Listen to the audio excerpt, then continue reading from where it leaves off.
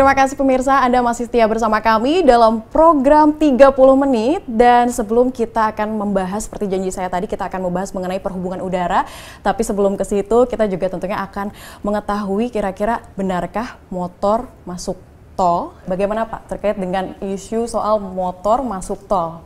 Itu regulasi atau mungkin... Ya, motor masuk tol secara regulasi memang tidak ada yang menolak. Ya, tidak menolak. Tapi bisa dibayangkan ya, motor tidak masuk tol aja, sekarang ini kontribusinya kecelakaan itu 70%. Dan akibatnya rata-rata fatal. Ya. Nah, oleh karenanya, motor ini kan satu kendaraan yang digunakan jarak-jarak pendek. Sebagai feeder sebenarnya gitu ya, mau belanja ke pasar. Bukan untuk kegiatan-kegiatan ekonomi yang panjang gitu ya. Nah, bicara mengenai motor masuk ke jalan tol, dari diskusi yang kita lakukan, dari masukan para ahli, khususnya dari perguruan tinggi, dan ahli-ahli transportasi, rata-rata memberikan catatan, Pak. Pak, kita itu sudah bangun tol high investment. Ya. Untuk apa? Untuk konektivitas logistik. Yang sekarang itu ranking kita masih 46. Ya. Sudah naik dari 60. Tapi kita ingin seperti Singapura dan Malaysia. Itu single digit gitu. Nah, oleh karenanya kita juga harus mengatur tol kita itu governance itu ya. Jadi saya tidak bisa nolak karena itu adalah keputusan dari lembaga-lembaga yang ada di Indonesia ini. Tidak ada yang nggak boleh tol menggunakan itu. Oleh karenanya kita himbau kepada mereka jangan melaksanakan. Juga Pak Bambang Ketua DPR yang menginisiasi, saya sampaikan sekarang 70%, kalau masuk jalan tol mungkin jadi 90% itu nanti. High risk gitu. Karena jalan tol adalah jalan bebel hambatan, ya.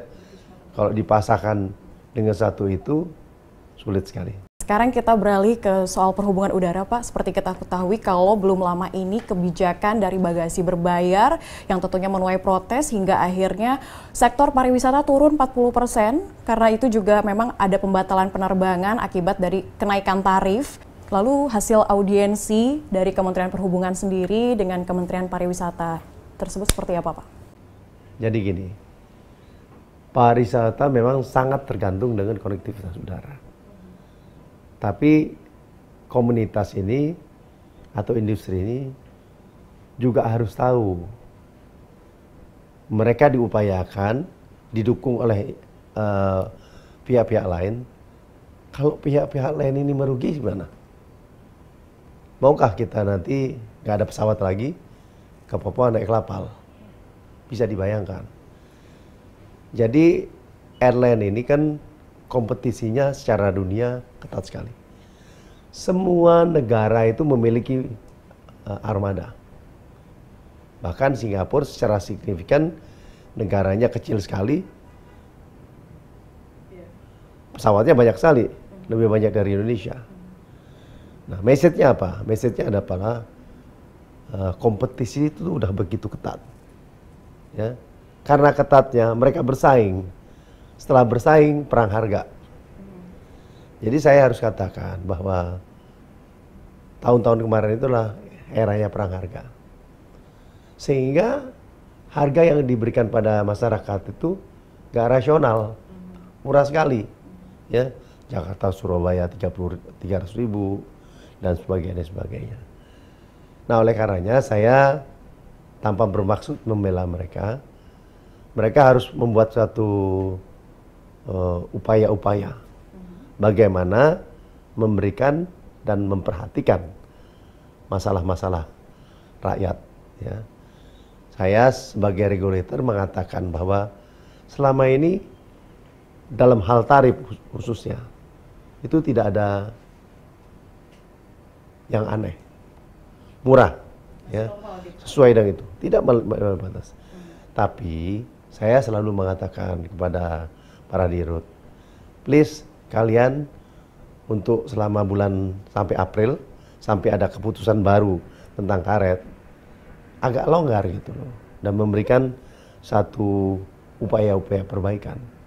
Nah ini yang belum maksimal, tapi saya dengar tadi pagi Pak Darmin Nasution berhasil melobi Thailand dan Malaysia dan kita supaya kita menjadi panutan, ya. Kalau sekarang ini ditekan, kita turun. Nah, kita naikin aja gitu, supaya mereka bisa ngambil itu dari harga-harga tersebut. Nah, saya akan mengundang lagi Gabindo, saya omongin, oke, kalian bikin program seperti ini, ya. Kalau nggak ini menjadi artinya efektif bisa apa ya sebagai solusi untuk menekan situasi pasar yang memang masih mengalami masalah begitu ya Pak ya. Kemudian untuk elaborasi Pak, mungkin Bapak bisa mengelaborasi terkait kenaikan harga tiket serta juga range tarif untuk koridor atas bawah itu kira-kira seperti apa, dan terkait soal ini juga rekomendasi dari Kementerian Pariwisata sendiri seperti apa Pak? Iya, apa yang ada regulasi membuat tarif batas bawah dan atas. Mereka selama ini nggak ada yang langgar gitu ya. Tapi memang industri kesehatan ini kurang menjanjikan kan. Nah oleh karenanya saya akan pikirkan bahwa keterlibatan mereka ini harus dimaksimalkan sehingga bisa menyelesaikan masalah-masalah. Baik, tentunya kita juga semua berharap ada penyelesaian cepat Pak terkait soal kenaikan harga tiket ini, pemberlakuan bagasi hingga cancelnya penerbangan agar sektor pariwisata khususnya di Indonesia bisa kembali normal dan sesuai dengan target dari pemerintah untuk menggait wisatawan domestik hingga juga mancanegara. Saya juga ingin mengetahui evaluasi Pak soal kecelakaan pesawat, itu seperti apa Pak?